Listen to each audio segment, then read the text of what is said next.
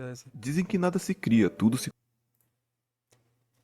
O gênero que inspirou Araki é a criação de Jojo. copia, e apesar de achar que existe um abismo entre cópia e inspiração, você ficaria surpreso se eu falasse que autores que tanto admiramos, desde Kishimoto, Kubo, Oda, Togashi e até o Araki, só existem por causa de uma única pessoa, e sem ele o mangá nem existiria. Mas quem é esse É cara? bait?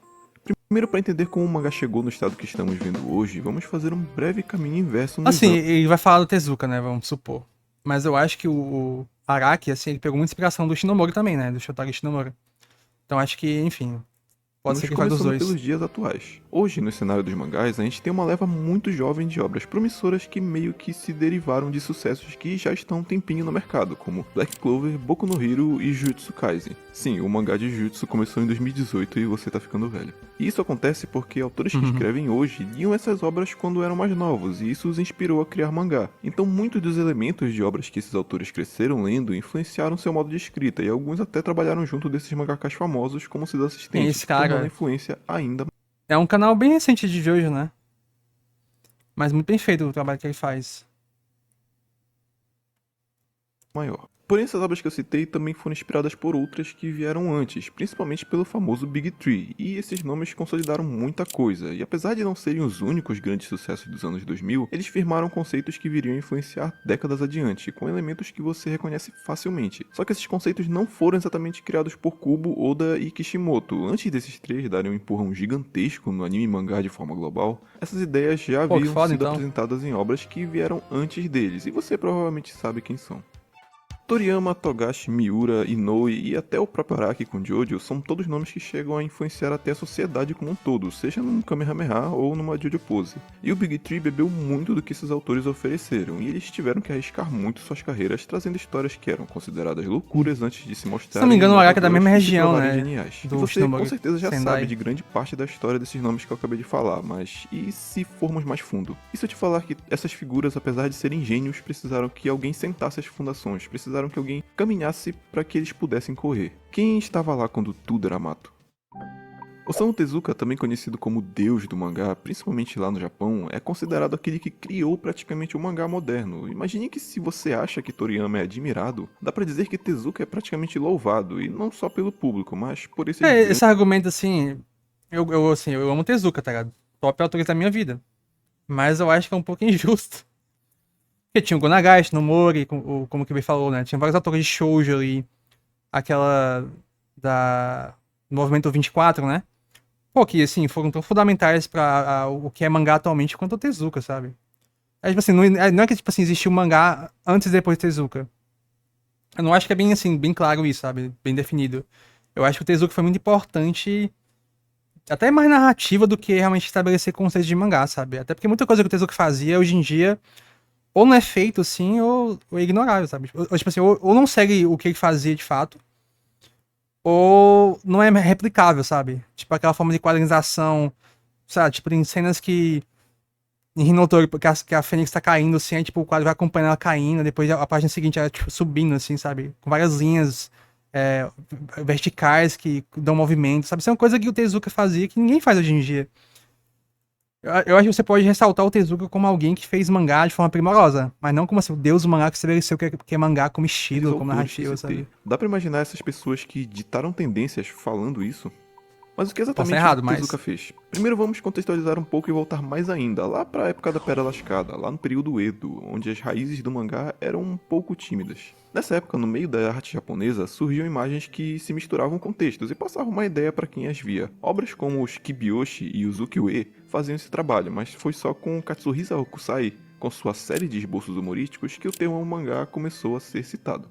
Isso foi evoluindo na época da ocidentalização do Japão, e no período Meiji surgiam revistas humorísticas cheias de caricaturas, como a Japan Punch, que era inspirada na revista britânica Punch, que era uma revista semanal de humor sátiro, e ela ajudou muito a popularizar o termo cartoon na época, porém era tudo em grande parte piadas, críticas políticas e sociais desenhadas de maneira simples. A narrativa em si era bem rudimentar, ou quase inexistente. Digamos que o protótipo do que conhecemos hoje surgiu nos anos 30. Os Kashihon tinham uma certa narrativa, bem rudimentar ainda, mas já era algo mais sequencial, porém sem a profundidade de desenho e de narrativa que você imagina. Era mais como um Popeye da vida ou um Uhum. pica-pau, bem influenciado Não, pelos cartoons pô, ocidentais, mas foi Miss logo Lead, isso né? mudaria. parece ser meio Tezuka básico, né? Mas nasceu em realmente ele tá Toyonaka, puxando na província coisas de Osaka, em 3 de novembro além do de Tezuka. 1928, mas logo se mudaria com sua família para Takarazuka, que fica na província de Hyogo. Seus pais, desde cedo, incentivaram Tezuka e seus dois irmãos a alimentar esse lado criativo. A mãe de Tezuka sempre os levava para as peças de um famoso teatro, o Teatro de Takarazuka, que leva o mesmo nome da cidade. Uma pequena curiosidade é que o teatro era composto só por mulheres, e elas faziam tanto os papéis femininos Sim. quanto os masculinos. Já seu pai tinha um projetor em casa, coisa que não era tão comum assim na época, e sempre mostrava aos filhos as animações que fizeram muito sucesso na época. Gato Félix, Popeye, Betty Boop, Mickey Mouse e todo o Walt Disney. Tezuka chegou a dizer que assistiu o filme do Bambi mais de 80 vezes. Isso deve ter influenciado um pouquinho o pensamento criativo do autor, não acha? Tezuka sempre foi talentoso e desenhava desde criança, com isso chegando até a afetar O Tezuka e o Shinamori falavam muito isso, né? De, tipo assim, veja muita coisa, assiste um filme por dia, né? Tipo, sempre esteja se conectando a mídias e arte seu como um lado todo. social com os amigos da escola. Sua adolescência foi pacífica, mas foi brevemente interrompida quando ele foi convocado para as fábricas para ajudar no final da Segunda Guerra. Tezuka, ao terminar o ensino médio, não sabia exatamente qual carreira seguir. Ele queria ir atrás do desenho, mas fazer medicina era algo meio que de família, então ele só decidiu fazer os dois. Foi só na década de 40, estudando medicina e fazendo trabalhos menores para jornais, que a carreira de Consuma. Osamu Tezuka começou a decolar Faça e trash de transformou os mídias quadrinhos consumidas estáticos 2025. em cinema. Ao invés de apenas passar uma ideia para o leitor, Tezuka queria contar uma história, queria tecer uma narrativa. Influenciado principalmente pelo cinema ocidental, como deu para perceber, mesmo tendo sido rejeitado por uma editora ou outra, seus trabalhos foram publicados e logo se tornaram um sucesso, e a sua carreira disparou. Tezuka queria colocar qualidade nos seus trabalhos, muito acima do que era comum para a época. Afinal, o mangá não foi inventado por Tezuka, mas quem deu a qualidade que nós conhecemos hoje em dia e transformou isso numa arte de fato, do jeito que nós conhecemos hoje em dia, foi Tezuka. Tezuka desenhou vários sucessos ao longo da sua carreira e foi autor de algumas obras, como Metrópolis, Fênix e o seu trabalho mais conhecido por aqui, Astro Boy, e mais centenas de outros trabalhos. E apesar de você talvez não ter lido ou nem conhecer as obras dele, essas foram praticamente uma inovação e revolução no modo como se escrevia mangá, influenciando padrões estéticos e narrativos de várias gerações. Se temos personagens farmando aura hoje em dia, agradeça a esse homem. O cara basicamente ditou como seria feito o mangá até os dias de hoje, misturando vários temas, dando camadas de complexidade emocional para os personagens e explorando assuntos como vida, morte e questões éticas. Coisas que são muito comuns nas histórias de hoje em dia, algo É que, sabe, tipo assim, tu quer falar que o Tezuka é a única pessoa que fazia isso, sabe? Pô, tu pega Devilman do Go Nagai da época também, pô, sabe? Você pode falar o que quiser do Go Nagai como um todo, mas assim, o final de Devilman, o que ele constrói da narrativa lá com a Akira e o Ryo. E, tipo assim, não é uma coisa incomum da época, sabe? Eu acho que você pode falar que, assim, mangá após a Segunda Guerra Mundial tinha um formato que era muito de tentar falar muito mais da família típica japonesa, ser uma coisa de healing, né? De, tipo, curar as pessoas que estavam numa situação traumática da Segunda Guerra Mundial, blá blá blá. Mas eu acho que o Tezuka pegou uma época e já tinha muito essa liberdade de fazer histórias complexas que mexiam com sentimentos, né? Eram evocativos de várias coisas que tinha na época, assim, de sci-fi, de terror, sabe? De drama de personagem. Eu acho que você pode falar que o Tezuka ele foi muito primoroso, como eu falei. Ele foi um ótimo storyteller, né? Ele tinha ótimos mangás de narrativa e de arte também, né? De quadrinização, né? Quadrinização, de arte como um todo, né? Então, pra mim, ele é muito mais influente nesse sentido que, tipo assim, não, ele foi a figura central desse movimento, né? Ele foi a pessoa que desbloqueou várias coisas que hoje em dia são padrões de mangá. Acho que não foi, que sabe? inclusive é procurado e que deixa leitores irritados na maioria das vezes quando notam a ausência desses elementos. O mangá deixou de ser apenas historinhas para se tornarem literal cinema em papel, afinal as inspirações de Tezuka vinham de fato do cinema, como Chaplin, Eisenstein, do cinema europeu e da Disney, então não era de se admirar que a dramatização na sua forma de desenhar e escrever tivesse o mesmo peso que as grandes telas tiveram na época, simulando as câmeras dinâmicas, os Eu não sei, mano. Eu acho que é um argumento assim meio. Sabe, tipo assim, o gênio Kojima, né? O Kojima fez tudo no jogo. Ele é a pessoa que, tipo, idealizou tudo que ele fez, sabe? Talvez nesse caso sim, né? Mas assim, geralmente são várias pessoas que conseguem construir um movimento ou ideias. corte de cena, cenários e quadros panorâmicos, os mangás agora precisavam até de storyboards para garantir a fluidez e o ritmo da história. Consistência era necessário e furos de roteiro cada vez se tornavam menos aceitáveis de acontecer. Coisa que nem era possível antes, já que o roteiro praticamente nem existia. Essas coisas, inclusive, viriam a evoluir com o tempo e se tornarem sistema de poder, foreshadow, simbolismo e um monte de elementos amplamente usados hoje em dia. E até coisas como Então, eu nem acho que o Tezuka tinha muito isso de foreshadowing, de pensamentos de narrativa como uma coisa super complexa. Tu pega, por exemplo, o Astro Boy e fala assim, tem histórias que eu fiz aqui que eles colocam como personagem, né? Que eu não tava nem pensando direito, sabe? É meio bobinho, assim, foda-se. Ele largou no meio do Redoro, né? Dororo também largou porque ele tava gostando da forma como a trama foi carregada. O Tezuka ele tinha essa visão muito industrial, assim, fazia muita obra que ele não tava nem aí também, sabe? Obviamente ele tinha uma visão muito artística, mas ao mesmo tempo ele também tava, tipo assim, se colocando como um empreendedor, né? Assim, ele tinha muita obra porque sim, sabe? Não tinha um motivo maior também. Ele igual Quadrinização, planejava além de algumas exposição coisas. de páginas e extravagância nas ações e expressões, e esses quadros épicos que geralmente você vê em páginas duplas, foram meio que consolidadas por ele, com o personagem tendo suas poses características, e sim, poses e extravagância. A Jojo Poses com certeza tem uma parcela de influência sobre a forma como o deus do mangá contava suas histórias. E calma que Jojo não teve só essa inspiração, assim como Tezuka, Araki juntou muita coisa para criar sua obra e fez uma grande maçaroca disso tudo, mas esse é tema para outro vídeo. Araki, além de ser um grande apreciador e fã de Tezuka, tem uma grande conexão. Cara, eu não sei, tá ligado? Sei lá. Deixa eu ver. É... Sabe, tu pega, por exemplo, Kikaido, eu acho, né? Cara, tipo, você olha, claramente isso aqui é um design de um stand de Jojo. Esses olhos meu botão, assim, sabe? É muito Jojo isso aqui. Tipo assim, eu tenho certeza que o Araki pegou muito de tudo da época, né? Não só do Tezuka. E eu acho que talvez o Shinomura foi mais importante ainda. É uma tese minha, assim, que eu não consigo comprovar, né? Mas eu acho que, assim, visualmente tu consegue ver muito do Shinomura no Araki também. Com ele. Inclusive, a primeira aparição para o grande público do autor de Jojo foi em 81, quando Araki ganhou o segundo lugar no Tezuka Awards, com seu one-shot Poker Under Arms. O prêmio Tezuka, que é visto com muito respeito, mostra como o povo de lá da terra do mangá tem um carinho muito grande por quem meio que criou o que é conhecido como mangá hoje em dia. Inclusive, uma semelhança entre os dois autores é que somente esses dois mangakas foram chamados para fazer uma exibição pessoal da sua obra no Centro Nacional de Arte de Tóquio, que é basicamente o maior museu do Japão, para você ver como os caras são figuras respeitadas. O Tezuka Awards, inclusive, continua vivo até hoje e se divide em duas coisas bem parecidas: o Prêmio Tezuka e o Prêmio Cultural Osamu Tezuka. Não vou alongar aqui, mas entre eles, obras como Monster, Vagabond, Berserk e Pluto são apenas alguns dos nomes que recebem essa honra. No comitê de seleção ao longo dos anos, além, claro, do próprio Tezuka, tivemos pequenos nomes como Akira Toriyama, Masashi Kishimoto, Eiichiro Oda, Takehiko Inoue e mais uma porrada de gente que com certeza dá uma certa autenticidade pro prêmio. E mesmo com Araki há uns anos atrás não sendo o gigante que ele é hoje, autores que já faziam sucesso antes dele, como a tão renomada Rumiko Takahashi, que até 2013 era a mangaka com mais obras vendidas da história, escritora de sucessos que foram febre tanto no Japão quanto no mundo inteiro, como Hama Meio e Inuyasha, são pessoas que abertamente foram influenciadas pelo autor. Até Maurício de Souza foi um grande amigo e foi influenciado de certa forma por Tezuka. Em vários pontos podemos notar semelhanças no trabalho dos dois, e eles inclusive eram grandes amigos.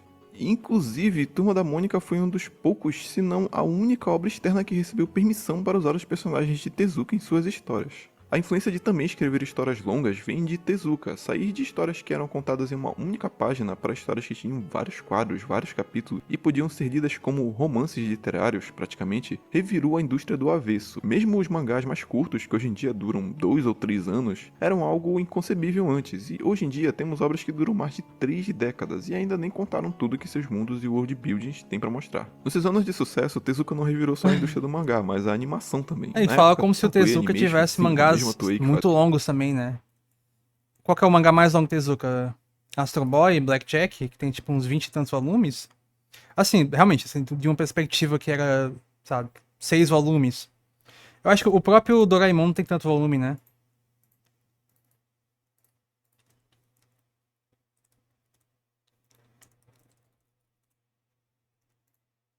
Teve aqui uns 20 volumes?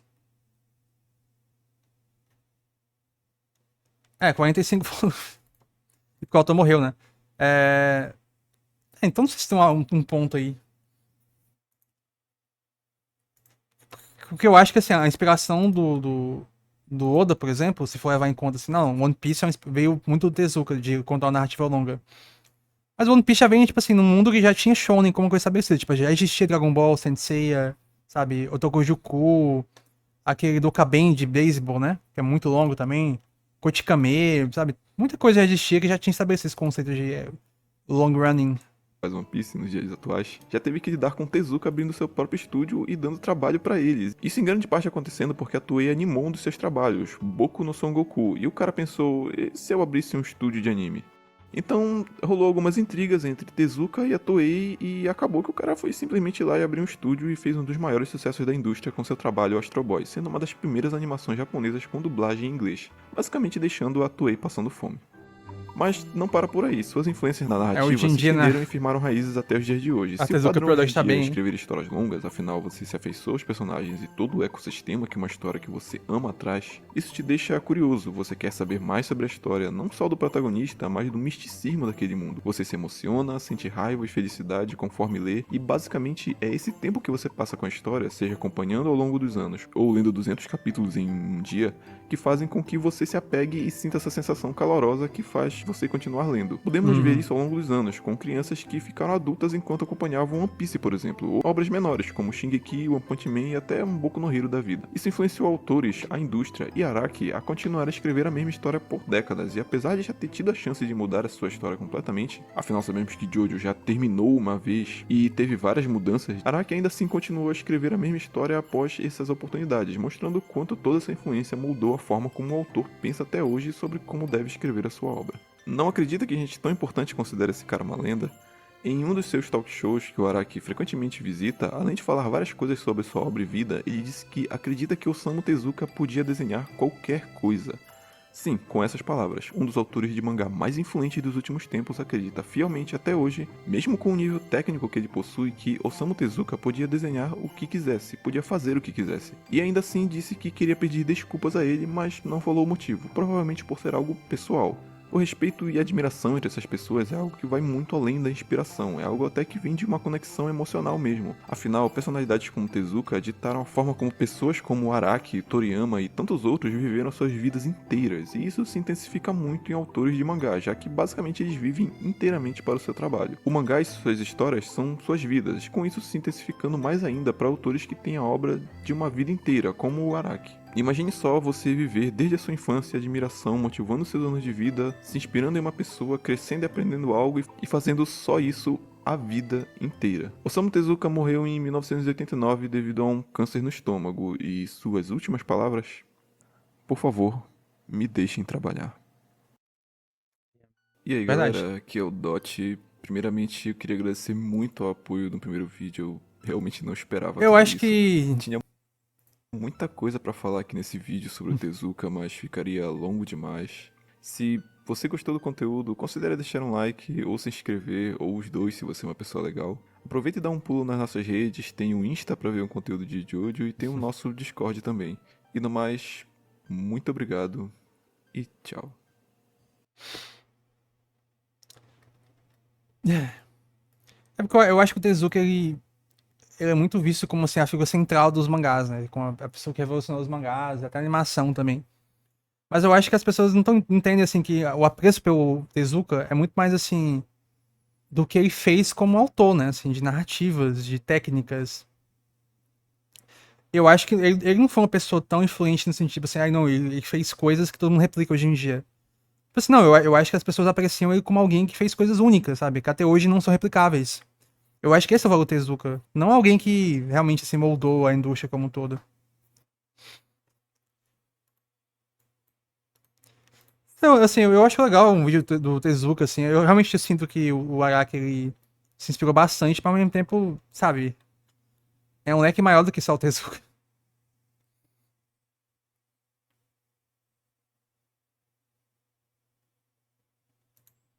Hokuto no Ken.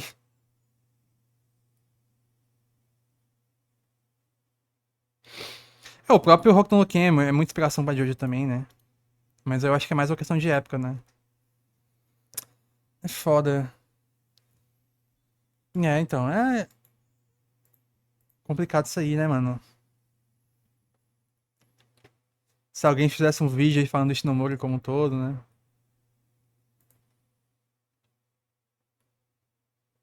Mas é um bom canal, mano. Se inscreva no canal Kishibe Lyrics aí. Que ao menos ele fez uma boa. Ele fez uma pesquisa muito boa ainda, só que eu acho que ele não entendeu as implicações de você limitar muito a ideia de do Tezuka ser tão influente assim.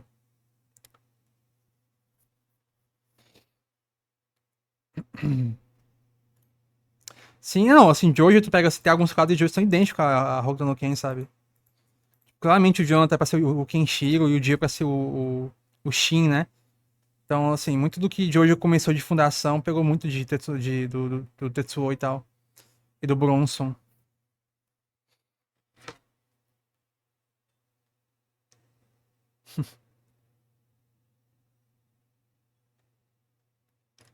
Mas é, por um nicho que não entende ainda que a importância do Tezuka, né? Que ninguém sabia que o Tezuka era tão importante, já é justo até tu comentar.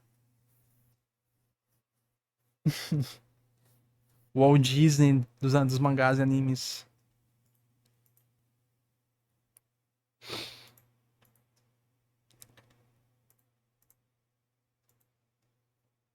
Ah,